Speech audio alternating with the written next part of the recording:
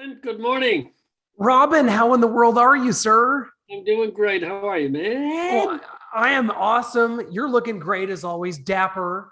Yeah, right. And it's this is we're entering maybe one of the busiest times of your career coming up here. We got a lot going on, don't we? You got to do something, right? After a Well, pandemic, somebody goes, "You want to do it?" And I'm going to say yes to everything.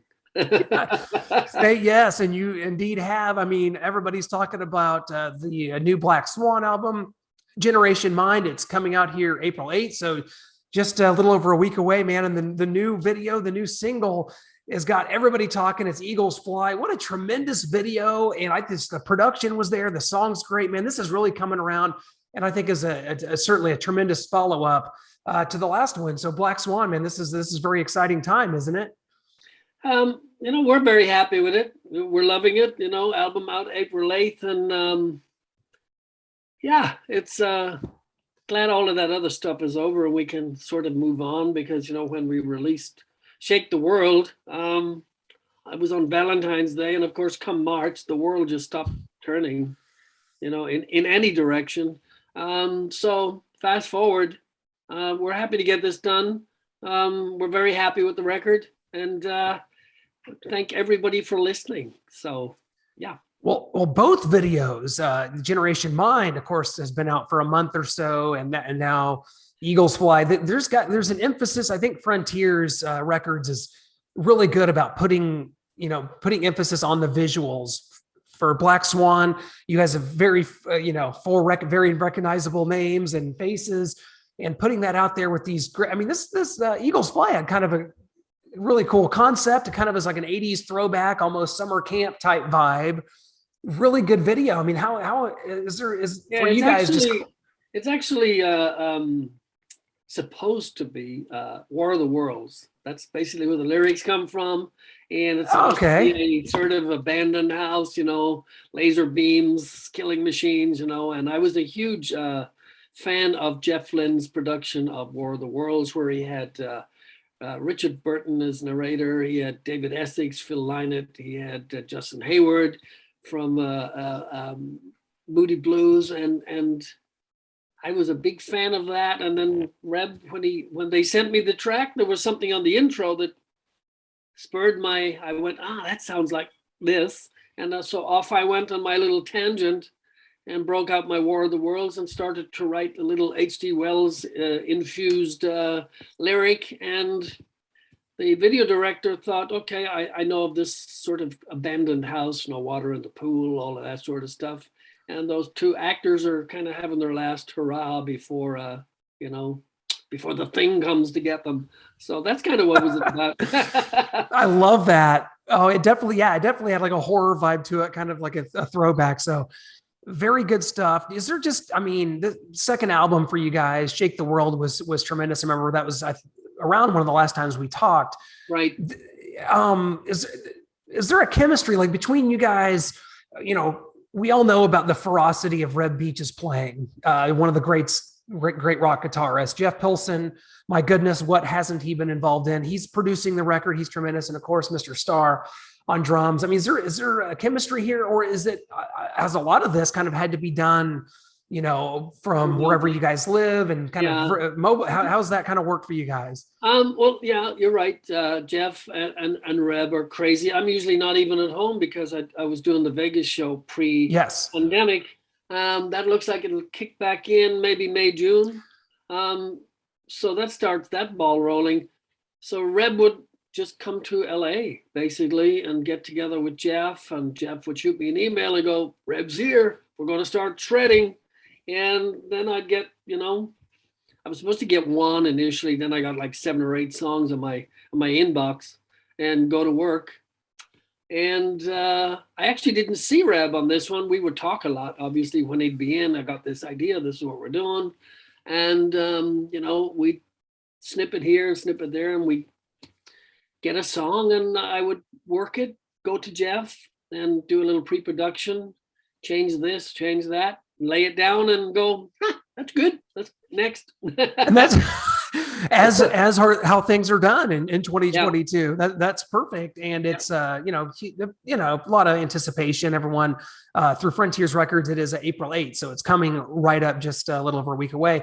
Robin, for you, actually the last time we talked was last year. Now that I think about it, because it was when you released your solo album, Standing on the Edge.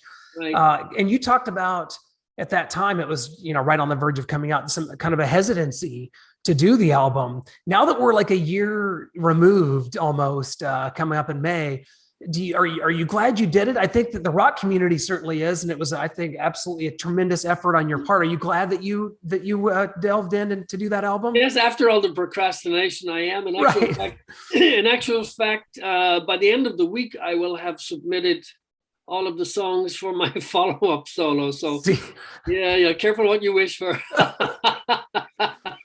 Absolutely. But I mean, you're in a year late removed. I mean, the feedback and everything like that has been so positive. Is that kind of what fueled you to want to do another one? It was like, once you got delved into the process, you're like, man, that I just do it. I do it. You have no idea who's going to like it. They go, dude, enough, I thought you were gone, disappeared off the face of the planet. That's a good place to be. See ya.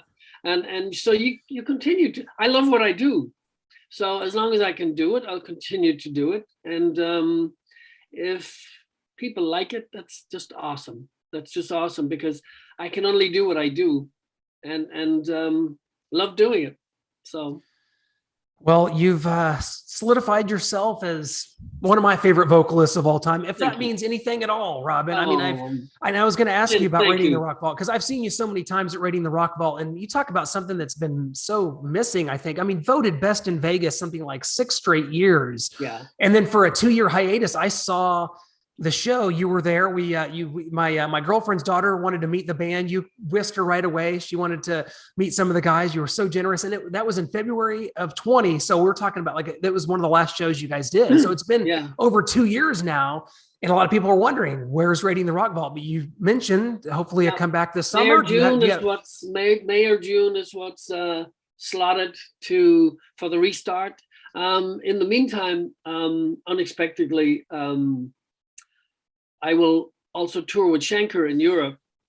And I wasn't supposed to do that. Ronnie Romero was supposed to do that. Ronnie was not available for the last 5, I think 3 in Spain, 2 in Italy. And then I get an email a few days after I had said yes to those 5.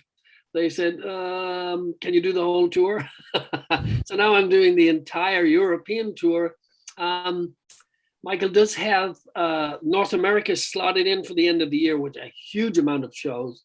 And Ronnie has said that he will make himself available for that, because he does a lot of stuff too. Yeah. So, Rainbow and yeah.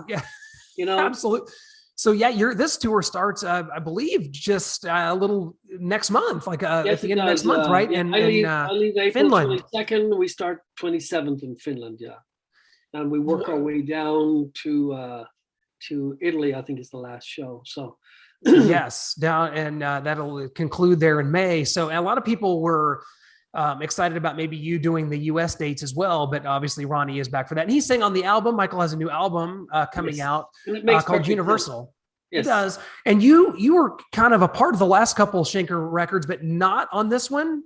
Yeah, correct? No, we were in the midst of pandemic on this one. Michael's 50th anniversary, and I can't talk for him, but I speak for him. But I think he just wanted to do something special, something different for his 50th, which is why he didn't call it Michael Schenker Fest. He called it Michael Schenker Group, basically, for his 50th. And you never know what Michael's plans are going forward, and he's forever changing. And that's what he does. And if I get the call and I'm available, I'll be more than happy to do it. If I can't because I'm doing something else, he has a good group of people to pick from. Well, I don't know. I think when you go to Europe, we might have to bust out the old McAuley Schenker logo or something because. That era is so synonymous, and your voice is so synonymous. I know he's had great singers, and I've seen Michael Schenker Fest, on a couple of occasions. And I love, Gary Barden and Graham Bonnet. I mean, they're great, but there is something about the chemistry that you and Michael had at the times in the late 80s to early 90s that was, it just sort of, to me, at least for my MSG, it's you and Michael. It's the McAuley Schenker group, right? So, everybody has their own story, right? That's what I do, Robin. I don't get anyone on here to berate them. I've never tried that approach. Maybe that would be more blabbermouth headlines if I did. But typically I like to talk to people that I'm fans of. Now, Robin, so all this touring and you've got the Black Swan never had a chance really to formulate any live performances for obvious reasons. Jeff Pilson is on the road a million days a year as well. So just started a Vegas residency also this week. Yeah, with Foreigner, which is tremendous, and they do a lot of dates, and they're very much in demand. But have you talked about maybe doing some live stuff with Black Swan? Yeah, we have actually. When we were shooting the video, Reb actually came up to Jeff and myself, and he goes, "You think we'd be any good live?" That's a funny question. He did, yeah. And I went, I don't know. And Jeff goes, I think we'd be okay, And so we thought, how's that ever going to happen? Look, we were asked on Shake the World. And I think ideally, a Monsters of Rock festival or festivals would be, I think, the ideal sort of platform to launch a band like Black Swan. We have plenty of material now. We have 2 full albums, man. And I think it would be the best forum because, as I always like to say, a lot of people in the same place at the same time, and you showcase the band, and hopefully it's great. And maybe, a promoter goes, you need to tour. Yeah, and I think it'd be the best way. It really would be a good showcase for the band. So yeah, you're right. Fingers crossed. Fingers crossed. Certainly, Monsters of Rock. There's all these Monsters of Rock cruises, and now there's the Monsters of Rock cruise coming to land this August. I'm just saying, I'm not a promoter, Robin, but if we just have some time to set aside in late August in the Smoky Mountains, I don't know, maybe it all just works. But I'm totally down for it. I would love it. I think it would be awesome. At this point in your career, did you ever foresee that you would be this busy, that you would be working this much at this stage of your career? Because you've done so much. Your journey is just from so many years. People have Wikipedia. They can look up and see your age. You don't look it. You don't sound it. None of that. But you got kind of a special birthday coming up next year too. But did you ever see yourself at this point in your life involved in this many projects? Clint, I'm not supposed to be doing it. I'm not supposed to be doing it, but I love what I do. I truly love what I do. So energized by it. I look forward to it. I complain a lot about it. And my wife always goes, yeah, I've been hearing this for 30 years, get over it. This is what you do.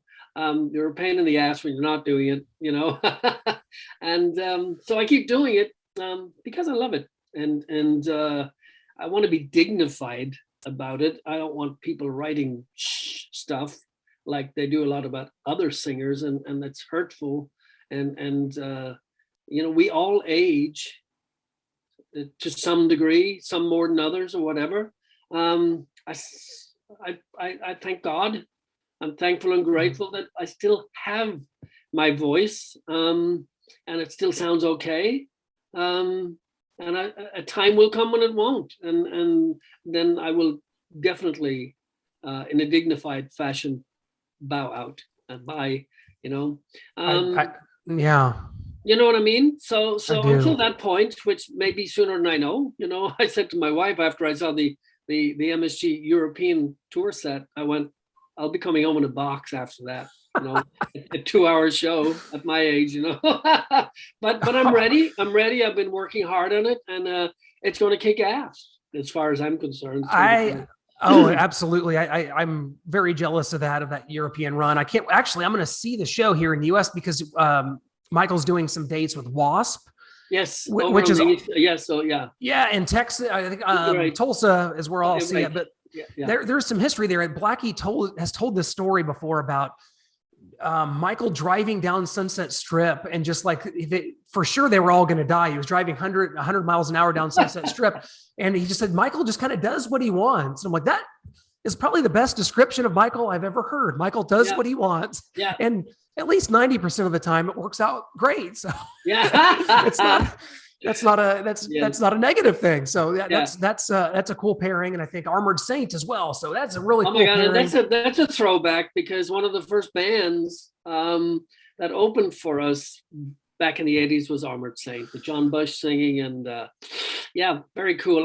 That part I'm really sorry that I'm not on, because it'd be great to see those guys. I haven't seen them in years. No, there's that connection, which is incredible. Also, the fact that Armored Saint opened for Wasp and Metallica back in '85. Yeah. So it's like it's life comes full circle. And if you stay around this business long enough, you're able to enjoy some of these things. It's like, man, it really makes you go, what, where'd the time go kind of thing. And I mean, will you ever take for granted this thing called rock and roll? Because for the last 2 years, I know I did. Robin, I went to shows. It's like what I do. I travel, I go to shows, cover shows, do interviews like with people like yourself. And it's what I've always wanted to do. For the last couple of years, man, it has been had a very negative effect. So I feel like I took it for granted. Do you feel like you took it for granted and maybe you never will again? I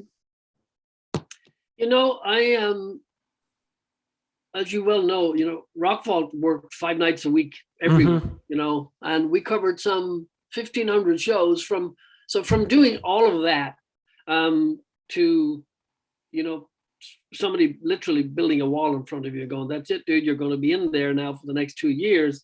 And it seemed inconceivable. I mean, the worst movie you've ever watched, I won't be watching any reruns, I can tell you.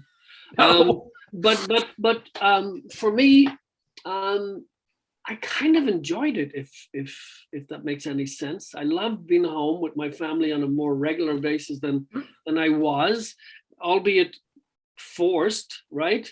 But I made myself very, very busy, and we had a lot of, even into the beginning of the pandemic, we had lots to do with Black Swan, and then I kind of got into my solo stuff. So I stayed really busy. There's a UK record label that has a double album out right now with Doro and Jeff Scott Soto and a Circle of Friends. So I became part of that whole sort of thing, writing a lot of tracks, singing a lot of tracks with them. And so I stayed busy on the recording side of stuff. Found a studio where we were okay with the there was just me and when I did my solo record, there was just me and the engineer, and all I saw was the back of his head, and obviously I can't wear a mask when I'm singing, but it was like, okay, thanks, there you go. And we would limit it to a few hour session. I got the job done, and we worked through it, and nobody died. I never got COVID, thank God. I didn't want it, don't want it, and all of that other stuff. And some people were not so fortunate, and horrible thing. But I can't explain it. You just keep going, or you decide that's it, it's over, and it's life goes on. The sun. Yeah, the sun always comes rise up again. Yes. Well, I kind of hate to end on this note, but I just kind of realized you were the first interview that I've done since Taylor Hawkins passed this weekend. I mean, I don't know because I've seen so many of my heroes the last 5-6 years. When they pass away, it's a very sobering thing. I remember when Lemmy died, I happened to be on the Sunset Strip at the Rainbow the next day, and there's been countless, Bowie and Tom Petty, countless. Taylor Hawkins, something about it, maybe it's because he's a lot younger and just seemed always so vibrant and such a tremendous player. Like I just didn't know if you had any personal stories or ever crossed paths with Taylor or had any. I never met him, but he was a dear friend, with Chevy Metal. My good friend Brent Woods, who's the guitar player in the band. Only ever said the best stuff about Taylor and how energized he was, and how it was to be in a band with him, and it's just a devastatingly sad loss, and a wife and 3 children, and my heart goes out to them. And I don't know the full story, but I hope he's at peace wherever he is. And if there were demons involved, I hope those demons are gone to hell. I, I like that. I like that. Oh, It's crazy because I mean the Foo Fighters are just such fans of oh, hard rock and heavy metal, man. yeah, That the album that Dave Grohl did, I think it was called Crowbot, when it had like Lemmy on it, and it was straight up metal. I mean, it was insane. Like, so the respect that they have. I mean, those guys. I bet you, that those guys probably go back, and I think Dave Grohl's even said he's a huge Schenker guy. I mean, Michael, so these guys have the knowledge. They're one of the best bands today that has like carried it on. I've seen them live a bunch of times. Seen them locally here because they like to showcase their albums. Used to at a club here in the San Fernando Valley, and they had the Rolling Stones mobile outside recording it as they go, and it's just, I mean, they melt the walls in the venue. It's just killer. It's just awesome. I know it's hard to speculate about things like that. Just to hope the band's able to, if that's what they want to do, to continue on in some way, or it's obviously up to them, but they're just such an important piece of rock and roll. I'll tell you what, Robin, I'm heading out your way, man, because we got Scorpions doing a residency out there right now. So I'm coming out there. Yes. Skid Row is opening. I'm getting ready to head out there in a couple of weeks. So very excited for that, man. That's awesome. That's a good one.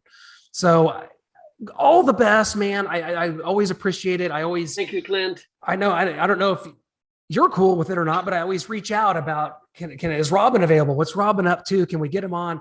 So John Freeman, who does a great job anytime, my friend, making it set up. So April 8th, that's when the new Black Swan album is going to be released, and it is called Generation Mind, and it's going to talk about melting the walls. This album does it. You've done some great work here, Robin. So continued success, and we'll hope to see you soon, my friend. Thank you so much. Good to see you. Always. See ya.